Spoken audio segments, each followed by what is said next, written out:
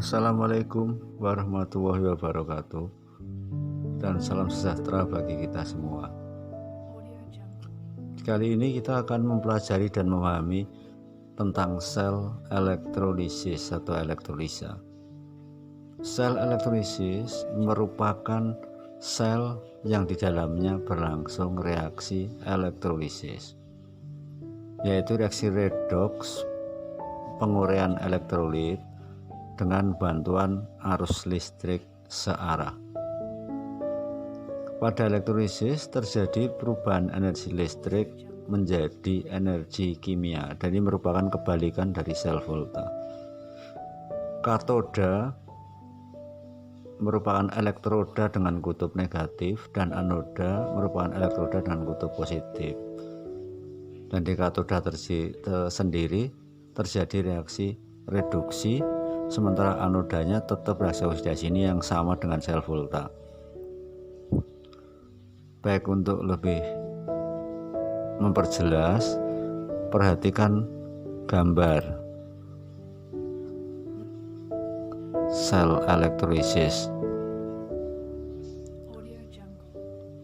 Pada gambar sel elektrolisis, rangkaian ini terlihat jelas bahwa di sana sumber arus listrik yang membantu terjadinya reaksi elektrolisis. Di anoda terjadi reaksi oksidasi yang melepaskan elektron ke sumber arus, kemudian sumber arus melepaskan elektron yang ditangkap di katoda, sehingga penangkapan elektron ini terjadi reaksi reduksi. Di anoda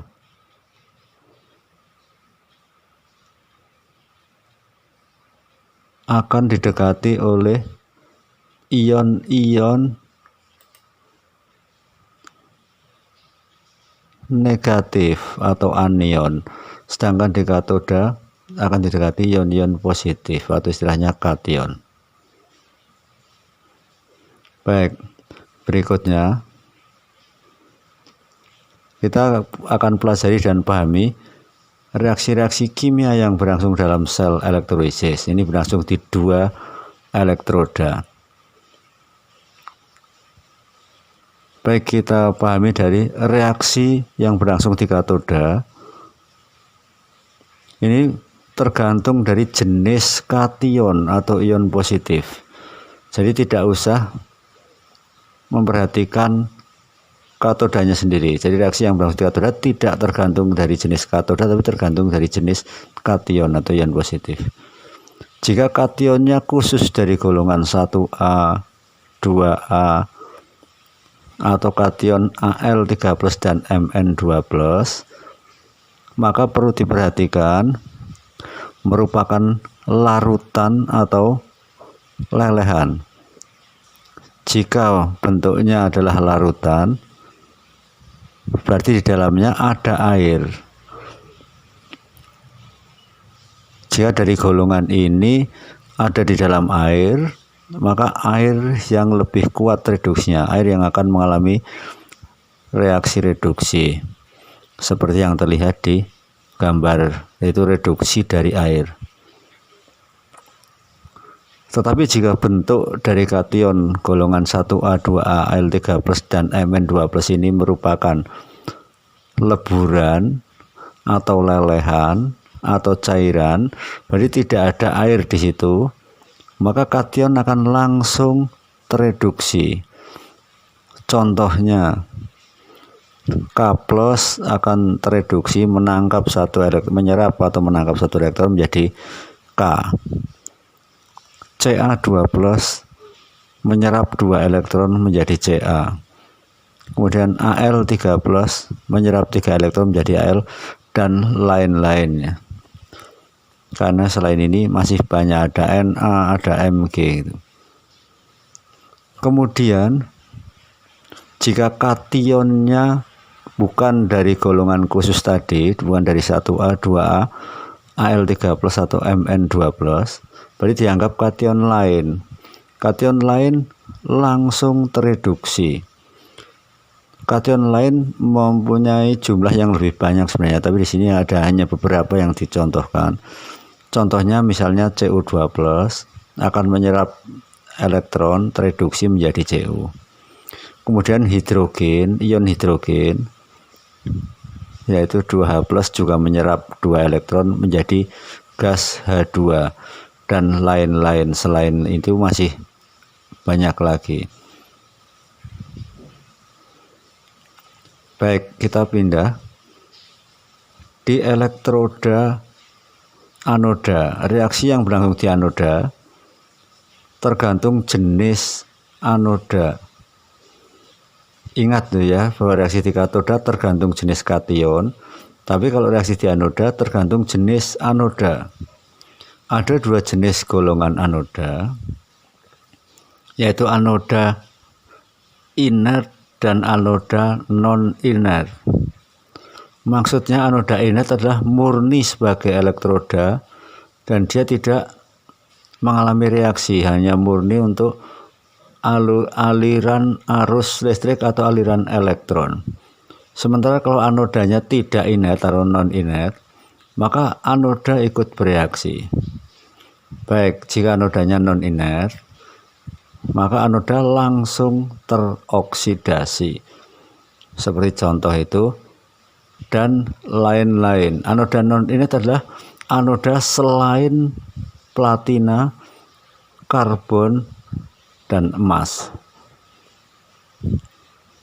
Bagaimana jika anodanya inert? Karena anoda inert tidak ikut bereaksi, hanya untuk saluran aliran arus listrik atau aliran elektron.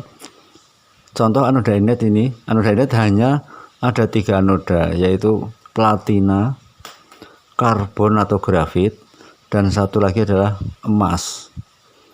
Jika anodanya inert, maka reaksi di anoda tergantung jenis anion atau ion negatif. Ada 4 jenis anion. Anion pertama adalah anion sisa asam tidak beroksigen atau non-oksi. Contohnya pada halida, yaitu F-, Cl-, Br-, dan I-. F- fluorida, klorida, bromida, dan iodida. Jika demikian, maka langsung teroksidasi anionnya. Sebagai contoh, 2 Cl- akan teroksidasi menjadi Cl2 dan melepas 2 elektron. Jika anionnya sulfida atau S2-, maka juga langsung teroksidasi. S2- menjadi S plus 2 elektron atau melepas 2 elektron. Anion kedua, jika anionnya berupa sisa asam beroksigen atau mengandung oksigen itu, contohnya kayak sulfat SO4 2-, kayak nitrat NO3-, PO4 3- atau fosfat atau oksalat dan lain-lain, maka yang akan teroksidasi adalah air, seperti pada reaksi oksidasi dari air, yaitu 2H2O akan teroksidasi menjadi 4H+ plus gas oksigen O2 dan melepas 4 elektron.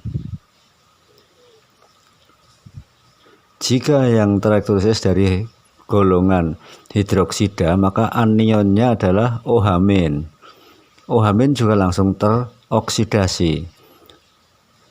Reaksinya 4 OH- menjadi 2H2O plus O2 dan melepas 4 elektron. Alternatif keempat, jika anionnya murni hanya oksigen atau oksida gitu, maka oksida akan teroksidasi menjadi O2 dan melepas 4 elektron. Inilah skema yang membantu proses terjadinya reaksi dalam sel elektrolisis. Baik, contoh penerapan dalam memproses reaksi elektrolisis. Nah, ini contoh pembahasan dari reaksi elektrolisis. Kami berikan 3 contoh. Contoh pertama, elektrolisis lelehan CaCl2 dengan elektroda grafit. Jika ada soal demikian, elektroda grafit berarti dua katoda dan anoda adalah grafit semua, yaitu katodanya karbon, anodanya juga karbon. Karena elektrolisis merupakan penguraian dari elektrolit, maka harus dibuat reaksi ionisasi dari yang terelektrolisis dulu, yaitu lelehan CaCl2 terionisasi menjadi Ca2+ plus 2Cl-. Kemudian reaksi pada katoda bergantung dari jenis kation. Kation Ca2+ adalah kation golongan 2A. Karena di sini lelehan atau cairan atau leburan itu tidak menggunakan air, maka kation langsung tereduksi dengan menyerap 2 elektron membentuk Ca. Kemudian reaksi di anoda tergantung jenis anoda. Karena anodanya inert, karbon atau grafit, maka tergantung jenis anion. Anion pada reaksi ini adalah klorida atau Cl-. Berarti merupakan anion sisa asam tidak beroksigen, maka langsung teroksidasi, yaitu 2Cl- menjadi Cl2 dan melepas 2 elektron. Jika keduanya dijumlahkan, karena elektron yang diserap dan elektron yang dilepas sama, maka langsung bisa dijumlahkan. Hasilnya adalah lelehan kalsium klorida CaCl2 menghasilkan endapan Ca di katoda dan menghasilkan gas klor atau gas klorin di anoda. Contoh pembahasan kedua, elektrolisis larutan K2SO4 dengan elektroda platina atau PT. Nah, ini sama dengan karbon. Platina juga merupakan elektroda inert. Jika keterangan elektroda platina berarti katodanya juga menggunakan platina, anodanya juga menggunakan platina. Baik, pembahasannya adalah K2SO4 larutan akan terionisasi menjadi 2K+ plus SO4 2-. Reaksi di katoda tergantung dari jenis kation. Kationnya adalah K+ dari golongan 1A dan bentuknya larutan, berarti terlarut dalam air. Maka dengan airlah yang akan terreduksi. Seperti reaksi di katoda itu. Kemudian reaksi di anoda bergantung dari jenis anoda. Jenis anodanya PT atau platina merupakan elektroda inert atau anoda inert. Maka tergantung jenis anion. Sulfat atau SO4 2- merupakan anion sisa asam beroksigen. Dengan demikian yang teroksidasi adalah air. Jika kedua reaksi elektroda, katoda dan anoda dijumlahkan, maka jumlah elektron yang diserap dan dilepas harus sama. Maka reaksi di katoda harus dikalikan 2 kali, reaksi anoda dikalikan 1 kali atau seperti semula. Nah, setelah elektron sama, kemudian bisa dihilangkan elektron yang diserap dan dilepas. Elektron yang dilepas dan diserap dihilangkan, kita jumlahkan reaksi, jadilah 6H2O menjadi 4H2O yang berasal dari penggabungan 4H+ dan 4OH- plus 2H2 dan O2. Maka hasil akhirnya 6H2O dan 4H2O bisa disetarakan. Akhirnya yang posisi reaktan tinggal 2H2O, kemudian di hasil reaksi H2O nya hilang menjadi gas hidrogen 2H2. Ini dihasilkan dari katoda, dan gas oksigen O2 dihasilkan di anoda. Baik, contoh berikutnya. Contoh ketiga, elektrolisis larutan CuSO4 dengan elektroda yang berbeda, yaitu katodanya menggunakan besi atau Fe dan anodanya menggunakan tembaga atau Cu. Baik, pembahasannya seperti berikut ini. Larutan CuSO4 akan terionisasi menjadi kation Cu2+ dan anion SO4 2-. Reaksi di katoda tergantung jenis kation.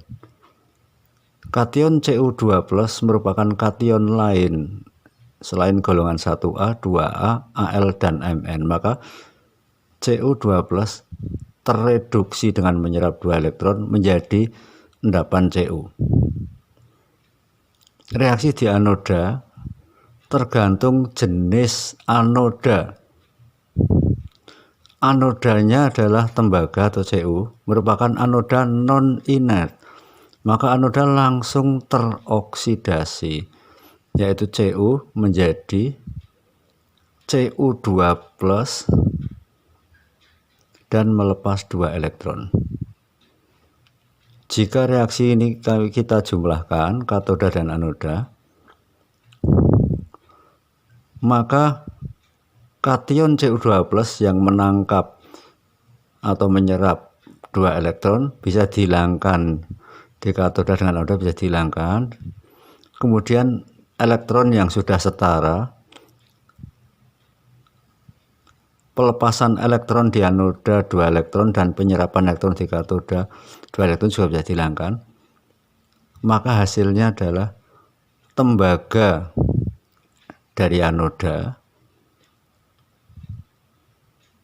berproses menjadi tembaga, endapan tembaga di katoda.